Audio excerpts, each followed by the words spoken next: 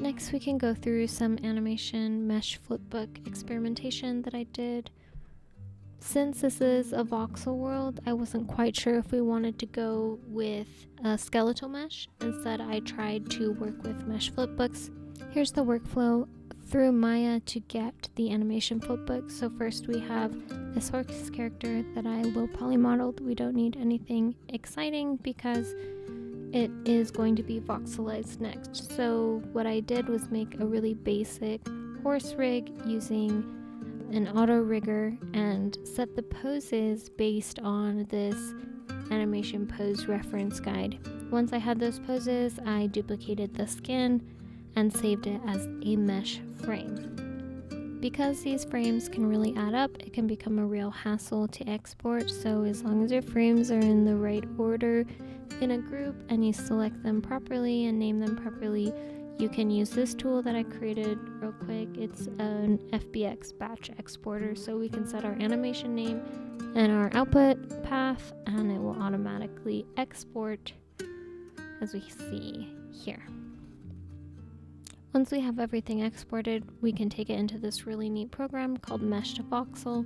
This will voxelize our mesh for us, and it will keep into consideration any mesh UVs that we have. So if you had some complex mesh that you had custom UVs for, even if you had a few different UV channels, this is smart enough to take those into account and apply your vertex color accordingly.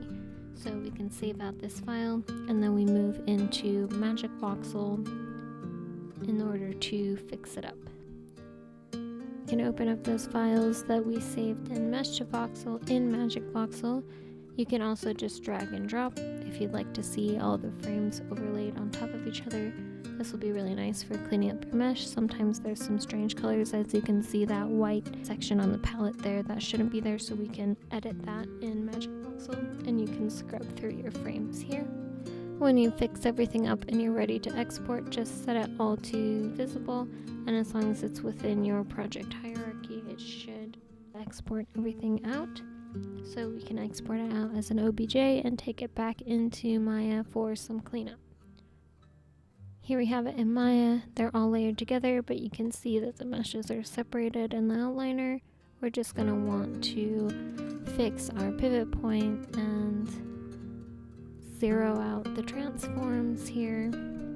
So here's each mesh frame. If we separate it out, we can see that this is about 5,000 vertices, which is fine, but we can probably make this a bit more efficient. So the first things that we want to do is to merge vertices. If we set our distance threshold to 0.05, that's usually about good for Magic Voxel things.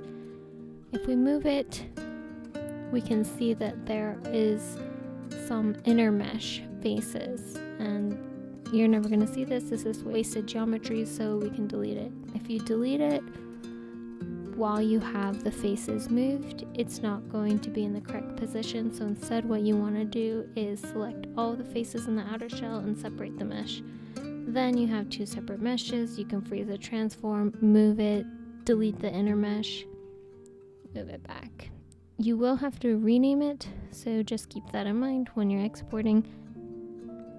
At this point, you may be tempted to reduce some of the triangles because it is kind of an ugly mesh. You can do that if you wanted to use the quad tool. If you leave it as a value between 45 and 90, it will reduce, but not by much, and as you will see, it will mess up some of your vertex color.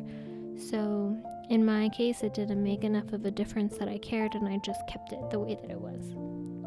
Because these voxel meshes didn't have a unified vertice count, I wasn't able to use the mesh flipbook particle system, so instead I kind of used the logic of it and made my own. So what this blueprint is doing is reading through the mesh flipbook array that I have, loading it into an instance mesh array.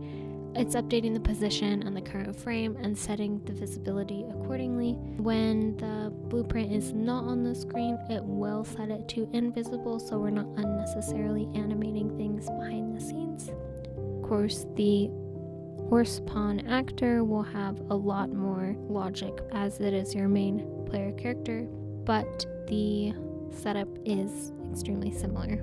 Eventually this will be replaced with an idle animation, but for now it just pauses on frame 1. And here we can see all of those animating in action with this army of horses.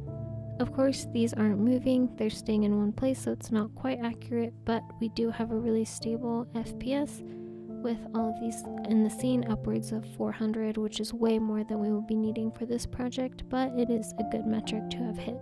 And that's all as far as animation goes. As you may have seen from the recordings, there is still a little bit of artifacting with this method that I'm using, so I think I'll be doing a lot more experimentation in the future to try and get around that.